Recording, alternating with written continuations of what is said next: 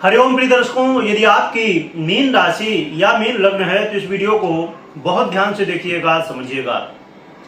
इस वीडियो में हम समझने वाले हैं, जैसे कि आपने थंबनेल में पढ़ा, 13 अक्टूबर से लेके आने वाले 6 नवंबर तक का जो समय है आपके जीवन में क्या प्रभाव डालेगा, क्या घटनाएं घटने वाली हैं, इसे हम समझेंगे।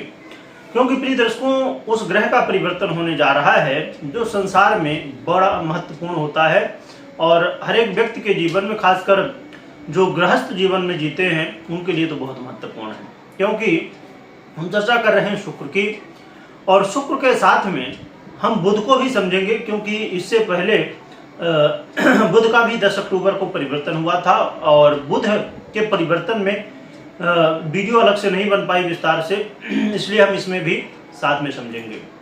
तो जो शुक्र का परिवर्तन है ये 13 अक्टूबर को होने जा रहा है वृश्चिक राशि यानी कि मंगल की राशि पर। तो वृश्चिक राशि में गोचर करते हुए शुक्र आपके जीवन में क्या प्रभाव डालेंगे ये हम विस्तार से समझेंगे।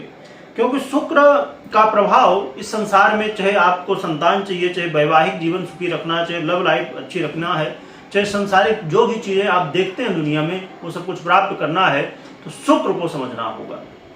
शुक्र जो कि दैत्य गुरु हैं और देव गुरु, हमारे जीवन में इन दोनों ग्रहों का बहुत प्रभाव, जो कि हर एक ग्रह का अपना प्रभाव होता है, परंतु ये ग्रह ऐसे हैं जिनके पास हमारे जीवन के सबसे महत्वपूर्ण कारक तत्व प्राप्त हैं। सबसे पहले तो देव गुरु बृहस्पति के पास और फिर शुक्र के पास।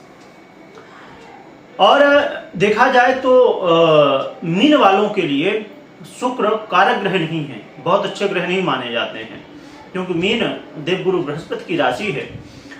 तो कैसे भोग और वैराग्य का कैसे जो है तो एक कह सकते हैं कि हाँ इनका पटेगा, तो इसीलिए कहीं ना कहीं इतने ये कारक नहीं माने जाते हैं। परंतु हर एक ग्रह अपने अपने जीवन में, हर एक व्यक्ति के जीवन में हर एक ग्रह अपना प्रभाव देता है। आइए समझते हैं कि शुक्र आपको क्या प्रभाव देने वाले हैं। प्रिय दर्शकों, जैसे मैंने कहा कि वृश्चिक राशि में गोचर करेंगे। अभी तक अपनी ही राशि में गोचर कर रहे थे, तुला में, मूल त्रिकोण राशि में, परंतु अब मंगल की राशि में। मंगल की ये साधारण राशि है। यहाँ पर एक बात ध्यान देने की है कि देखा जाए तो शनि और अन्य ग्रहों की यहाँ पर कहीं न कहीं प्रभाव है। शुक्र के ऊपर दृष्टि संबंध बन रहे हैं, ये कई ग्रहों का ये जो दृष्टि संबंध है। और फिर यहाँ विचार करने की बात है कि शुक्र जिस राशि में गोचर करने वाले हैं, कहाँ पर, वृश्चिक में, उसके अधिपति मंगल का अब जल्द ही परिवर्तन जो है तो है, और वो परिवर्तन कहीं ना कहीं उतना श्रेष्ठ नहीं है। और जब राशि का अधिपति जैसे मंगल है वो पीड़ित हो जाए तो फिर समस्याएं कहीं कहीं बढ़ जाती हैं। पर क्या अच्छा फल मिलेगा हमें, क्या बुरा मिलेगा, ये सब समझते हैं। प्रिय दर्शकों, ये जो शुक्र का परिवर्तन है कहीं ना कहीं आपके कई सारे काम को बनाने वाला होगा। आपके जीवन में कहीं ना कहीं कुछ ऐसे काम होंगे जो अचानक बन जाएंगे, अचानक आपको सफलताएं प्राप्त हो जाएंगी। परंतु एक बात दिमाग में रखिए, ये जो सफलताएं प्राप्त होंगी ये बड़े संघर्ष के बाद प्राप्त होने वाली हैं। जीवन में संघर्ष भी होगा और सफलताएं भी होंगी। यानी कि कहा जाए, यदि आप संघर्ष करने के लिए तैयार हैं तो लास्ट में मंजिल आपको मिल जाएगी, और यदि आप संघर्ष से भागेंगे तो वह संघर्ष ही रह जाएगा। इस समय आप अपने जीवन में कहीं ना कहीं भगवान के प्रति लगाव आपका बढ़ेगा, आप धर्म से ज़्यादा जुड़ेंगे, परंतु मन में एक शंका बनी रहेगी। मतलब धर्म से जुड़ रहे हैं, उसके विषय में कुछ न कुछ, जैसे कहते, देखिए दो तरह के लोग होते हैं। एक व्यक्ति वो होता है जो तर्क करता है, तो वो तो अच्छी बात है, तर्क करना, समझना, जानना, ये बहुत अच्छी बात है, क्योंकि बिना जाने कोई हमारा जो है तो लगाव नहीं होता है। कहते हैं ना, जाने बिन होय नहीं प्रीति।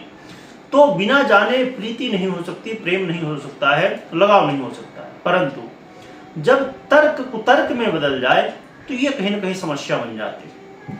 और दैत्य गुरु का प्रभाव है तो ये आपको ले तो जाएंगे, कहाँ पर, धर्म में ले जाएंगे, परंतु कुतर्क करवाएंगे। दैत्य गुरु जानते हैं ना, राक्षसों के गुरु, तो कहीं ना कहीं ये कुतर्क की स्थिति बनाएंगे। ये कहीं ना कहीं आपके लिए समस्या उत्पन्न करेगा।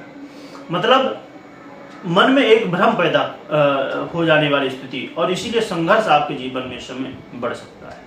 इस समय थोड़ा सा पिता के साथ अनबन की स्थिति या पिता के जीवन में समस्याएं देखने को मिल सकती हैं, और आपके अंदर बहुत ज़्यादा जोश होगा। ये बहुत अच्छी बात है, जोश होना, हमारे अंदर एनर्जी का होना बहुत अच्छी बात है, परंतु इसको आपको कंट्रोल भी रखना होगा, क्योंकि इसमें ज़्यादा एनर्जी होगी, आपके अंदर ज़्यादा उतावलापन होगा, जिसकी वजह से कई बार संभवतः यदि आपने धैर्य नहीं रखा तो संभवतः आप देखेंगे कि इसका प्रभाव कहीं उल्टा ना हो जाए, जो कि ये आपको सफलता दिलाने वाला, कोई आप परीक्षा प्रतियोगिता में हैं, कहीं आप कंपटीशन में हैं, खेलकूद के क्षेत्र में हैं, या किसी भी इंडस्ट्री में हैं जो शुक्र से संबंधित हो, वहाँ पर आपको सफलता दिलाने वाला होगा। परंतु धैर्य के साथ, यदि धैर्य खोते हैं तो प्रॉब्लम हो जाएगी यहाँ पर।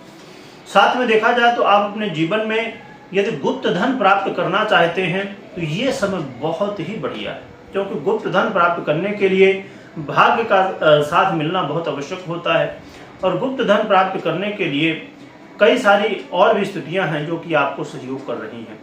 साथ में बुध के प्रभाव को भी हम समझ रहे हैं कि बुध का भी प्रभाव कहीं ना कहीं आपको गुप्त धन प्राप्त कराने में सहयोगी होगा, और सुखों को देने में भी सहयोगी होगा। बुध का ये जो प्रभाव है आपके जीवन में कई तरह के लाभ भी देने के लिए शुक्र को सहयोग करेगा। तो देखा जाए तो ये जो शुक्र का परिवर्तन है, कहीं ना कहीं आपके जीवन में नई एनर्जी, और साथ में जो आपके भाई बंधु हैं उनके बीच में थोड़ा सा जरूर जो है तो मतभेद करवा सकता है, परंतु आपको यहाँ पर संयम बरतना होगा। एक अच्छी बात यहाँ पर यह है शुक्र की कि आप कोई शुरुआत करना चाहते हैं, कोई नई स्टार्टिंग करना चाहे तो उसमें कहीं ना कहीं शुक्र बहुत प्रभावी होंगे और आपको जो है तो सफलता दिलाएंगे, क्योंकि स्टार्टिंग का जो समय होता है उसमें संघर्ष, उसमें बहुत ज़्यादा गहराई में जाना, उसके विषय में तर्क करके उसके विषय में जानना समझना, ये बहुत ज़रूरी होता है। तो देखा जाए तो शुक्र के कुछ प्रभाव अच्छे भी मिल रहे हैं, बुध के भी, और कुछ निगेटिव भी मिल रहे हैं। तो ये स्थितियां कहीं ना कहीं आपको देखने को मिल रही हैं, परंतु इसके लिए अब बचाव क्या होगा, इसके लिए क्या उपाय हम कर सकते हैं? तो इसके लिए आप भगवान नारायण के अवतार भगवान नारसिंह की आराधना कर सकते हैं। इससे आप अपने जीवन में जो आपकी एनर्जी है वो भी बढ़ेगी तो है ही, पर उसे आप कंट्रोल भी कर पाएंगे।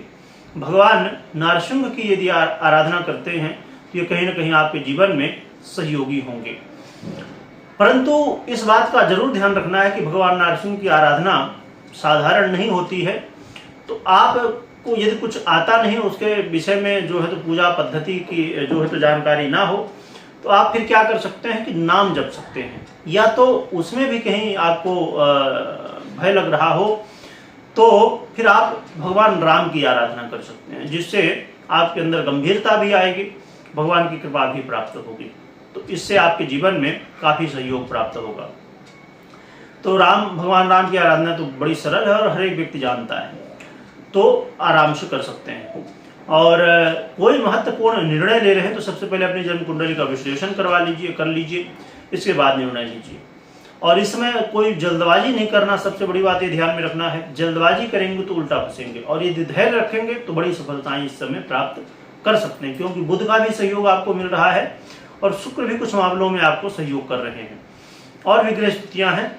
और इस समय एक बात और भी ध्यान रखिए कि आप देवगुरु बृहस्पति के आधिपत्य में रहते हैं, यानी कि आपकी जो राशि है देवगुरु बृहस्पति के आधिपत्य में है, तो इसलिए आपको मार्ग गलत नहीं चुनना है। गलत मार्ग नहीं चुनेंगे तो आपको सफलताएं प्राप्त हो जाएंगी। कमेंट में जय श्री राम लिखिएगा या जय नारसिंह भगवान लिखिएगा। जिनकी आराधना कर रहे हो उनकी जयकारा लगाइएगा और साथ में स्मरण करिएगा। वीडियो देखने के लिए बहुत बहुत धन्यवाद।